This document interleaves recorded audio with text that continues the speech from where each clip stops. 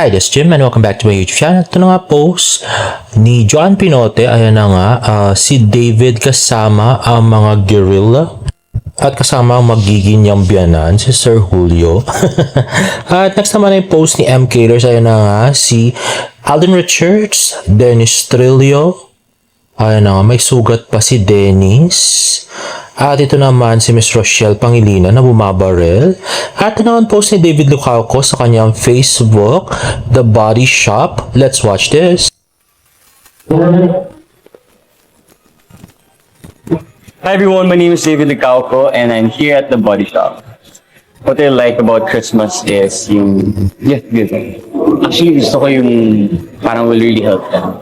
I think for this year, I would love to gift them with sustainable products, yung nakakatulong sa environment, recyclable packaging, vegan, made of natural ingredients. Kasi syempre, we also want them to, feel good about themselves. Kasi if you help the environment, like automatically you'll feel you're happier, you're more confident, and like somehow you feel that you're able to help. Kaya naman, if you want more gifting options or ideas, visit the Body Shop stores near you or their website.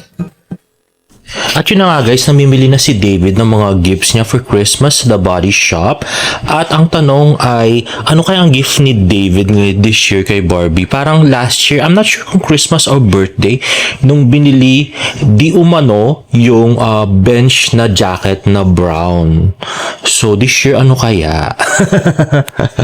Anyway, next naman ay post ni Kinsey Universe BTS of the trend dance. Let's watch this. Ay na si David naka-short. Hindi ko gusto ko makita naka-short din si David. Bukod sa naka-sando. Anyway, ayan na nga. So hindi natin alam. Palagay ko kondo ni David to kasi naka-short lang siya eh. 'Di ba? Naka-formal pa si Kenzie at saka si Dustin. At next naman ay IG stories ni David Lucauco, ang kanyang paboritong pamangkin na si Jimin. Let's watch this. At next naman ay IG stories ni Mikoy Morales. Ay nakasama si Dennis Trillo at saka si Alden Richards. Nanood sila ng block screening ng Hello Love Again. At next naman ay napanood ko sa TikTok. Unfortunately, nakakagigil to. Wala siyang audio. Masyadong malakas yung pag-background music niya ng kapangyarihan. Kaya medyo nakakainis. So disturbing na ito. Kala nyo dapat na. Tawag dito. Ano mo yung question? So how did you prepare for the Preparation naman. Preparation ko siguro yung syempre of course yung So do you want to add po, Sir David? hello. Naman, honestly, yung start, akala ko ay Then you were born yun, okay. Very dark kasi era yung Japanese occupation. nag-aral ako sa Japan, kaya medyo yun yung edge ko sa pag-memorize ng Japanese. Yes, actually, yung edge yung okay din palang mabuhay noon. Tutungtungan ko lang yung sinabi ni David. Alam mo, sa totoo lang, hindi yung creepy Hiroshi. Ayun na nga. So ito may audio pero putol-putol naman. Kung kailan nakakakilig, magkasama yung barda, saka walang video. Nakakagigil talaga. At ito na yung post ni Iris Sky. Ayan na nga, si David ay sobrang saya. Pagkasama talaga si Barbie. Grabe yung yung tawa ni David habot hanggang tenga, no? So ayan, di ba? Yun bang parang best buddy or crush niya yung kausap niya talaga? Grabe. At yun na, proud si David na maging escort ni Barbie. At yan, nag-joke na. At tawag-tawa siya talaga, di ba? Yung tumutupi yung ulo niya, yun talaga yung tawang-tawa siya. At yan, nag-peace sign. Hinawakan niya yung legs niya ni Barbie, no? Ewan ko lang. At yan, di ba? May panggigigil pa si David sa sobrang saya. Anyway, next naman ay video ni Angge kay Mikoy Morales. Let's watch this. May ilaw din sa baba. Barbecue. Pandine.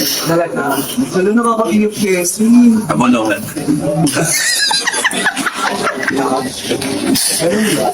David. Kuya, saan mo na kuha yung pagkain mo, kuya? Pero sana nandun. Hindi ko alam eh. Nakita ko lang dun, pinagkainan na ng ibang tao. Kaya wala ng baboy. Yung? Sorry. Ganun siya. Ano nangyari sa akin?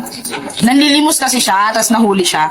Kaya pinakain ko yung tira ng pang-dipping dito. Hindi siya part ng prod. Medyo may... Medyo may amoy, di ba? Kala ko ito. Ano yun? Sarap ko lang. Gusto may pangamoy ka ba? Natanggol ako rin. Sa kakain niya. Ba't yung sa ikoy? Grabe, parang PG ng konti dun si Mikoy. Gutom na gutom si Mikoy. At next naman ay post ni Evelyn.